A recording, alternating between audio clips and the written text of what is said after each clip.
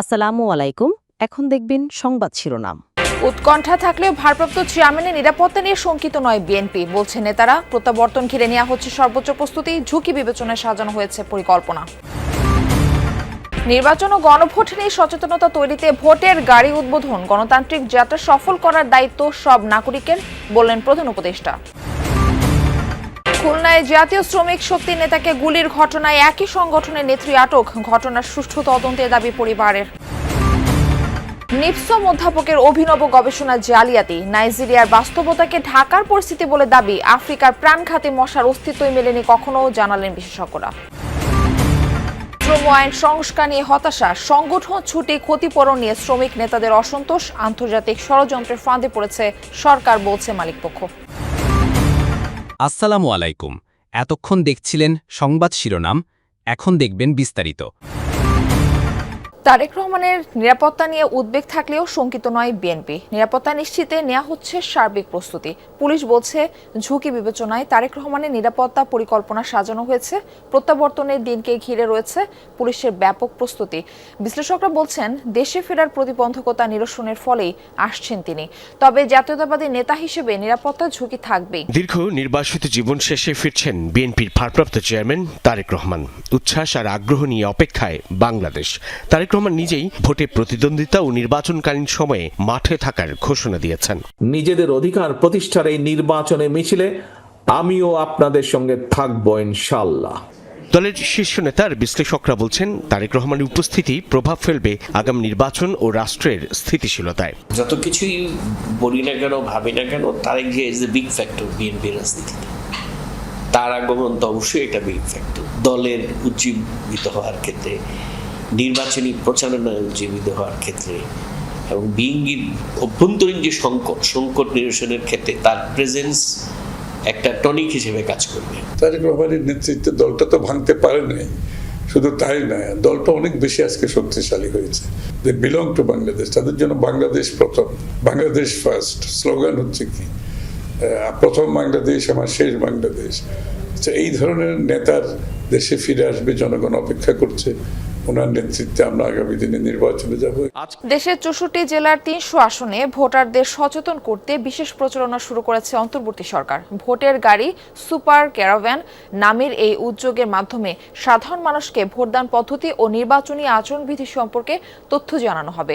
সংসদ ভবনের দক্ষিণ প্লাজায় এক ভিডিও বার্তার মাধ্যমে এই কর্মসূচির উদ্বোধন করেন প্রধান উপদেষ্টা ডক্টর মোহাম্মদ ইউনূস। বলেন, সুষ্ঠু ও অংশগ্রহণমূলক নিশ্চিত করা প্রতিটি নাগরিকের দায়িত্ব। ভোটের গাড়ি সুপার ক্যারাভ্যান, ভোটাধিকার প্রয়োগে জনসচেতন করতে সরকারের প্রচারণামূলক উদ্যোগ।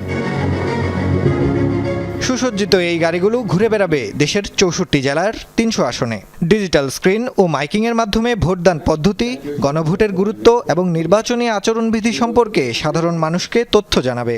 যাত্রা শুরু করছে সংসদ ভবনের দক্ষিণ প্লাজায় প্রধান উপদেষ্টা ডক্টর মোহাম্মদ ইউনূস এক ভিডিও বার্তার মাধ্যমে এই কর্মসূচির উদ্বোধন করেন।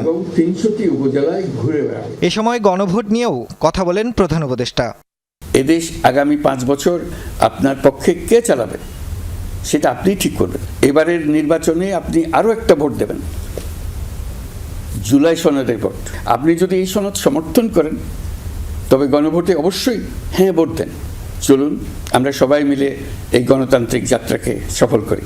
খুলনায় এনসিপির সহযোগী সংগঠন জাতীয় শ্রমিক শক্তির এক নেতাকে গুলির ঘটনায় জাতীয় যুব শক্তির খুলনা জেলার যুগ্ম সদস্য সচিব মোসাম্মদ তনিমাকে আটক করেছে পুলিশ। সোমবার রাতে অভিযান চালিয়ে সদর থানার টুটপাড়া এলাকা থেকে আটক করা হয় তনিমা ওরফে তন্নিকে। তার ভাড়া করা ফ্ল্যাটে গুলিবিদ্ধ হন জাতীয় শ্রমিক শক্তির খুলনা বিভাগীয় কমিটির আহ্বায়ক মোতালেব শিকদার। পুলিশ বলছে, যে বাসায় গুলিবিদ্ধ হয়েছেন মোতালেব সেখানে ইয়াবা, মদের খালি বোতল ও গুলির খোসা পাওয়া গেছে।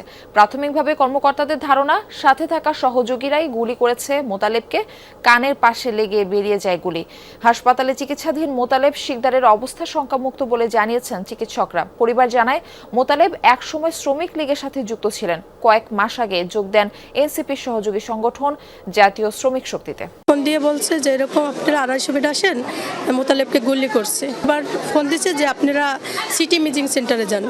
তা ওইখানে গেছি, যাইয়ে দেখছি যে এই অবস্থা। তারপরে আমরা আবার সিটি স্ক্যান করে নিয়ে আড়াই শিবির আসছি। ওইখানে প্রচুর মাদক সেবনের সরঞ্জাম, বিশেষ করে ইয়াবা এবং বিদেশি মদের অনেক বোতল, এবং ওইখানে আমরা একটি গুলির খোসাও পেয়েছি। তো আমরা এবং ঘটনাস্থলে বিভিন্ন জায়গায় রক্তের দাগও আমরা পাই। আফ্রিকার প্রাণঘাতী মশা এনোফিলিস গ্যাম্বেরি, এই মশায় ছেয়ে গেছে রাজধানী ঢাকা। এটা কিন্তু সত্য নয়, দাবিটি উঠে এসেছে চুরি করা এক গবেষণায়। চুরিটা করেছেন স্বাস্থ্য অধিদপ্তরের প্রতিষ্ঠান নিপসমের কীটতত্ত্ব বিভাগের প্রধান অধ্যাপক ডক্টর গোলাম সারোয়ার। নাইজেরিয়ার গবেষণা চুরি করে তা ঢাকার বাস্তবতা বলে চালিয়ে দিয়েছেন তিনি। অ্যানোফেলিস গ্যাম্বেই আফ্রিকার সাব সাহারা অঞ্চলের মশা, যা ম্যালেরিয়ার প্রধান বাহক। এই মশা নিয়ে আতঙ্কে থাকেন আফ্রিকার বাসিন্দারা। নাইজেরিয়ার একটি রাজ্যের মশার বিস্তার নিয়ে 2015 সালে একটি গবেষণা প্রকাশ হয়।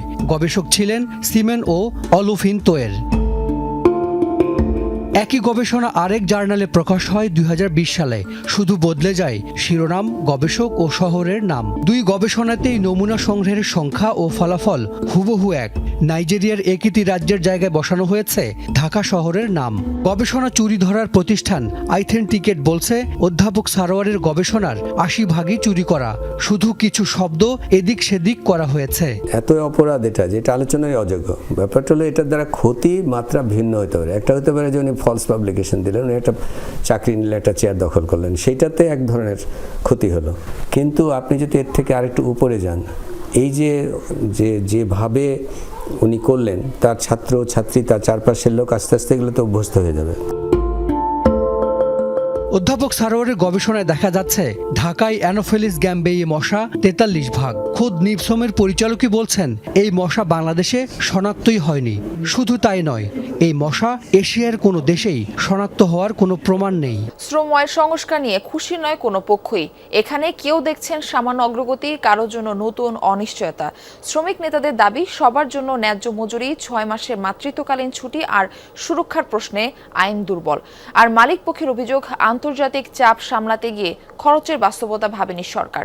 এই দুই টানাপোড়েনের মাঝেই অধ্যাদেশ আকারে কার্যকর হয়েছে সংশোধিত শ্রম আইন। শ্রম আইন পরিবর্তনের চাপ আসছিল গত কয়েক বছর ধরেই। আন্তর্জাতিক চাপে বিদেশে বাজার হারানোর ঝুঁকি তো ছিলই, তার উপর ট্রেড ইউনিয়নের অধিকার, চাকরি হারানোর ভয় আর নিরাপত্তার ঘাটতি নিয়ে বারবার প্রশ্ন তুলছিলেন শ্রমিকরা, যার বড় অংশই পোশাক খাতের। সংকট সমাধানে একটি সংস্কার কমিশনের মাধ্যমে শ্রম আইনে বেশ কিছু পরিবর্তন আনে অন্তর্বর্তী সরকার। অধ্যাদেশ জারি করে তা কার্যকর করা হয়েছে।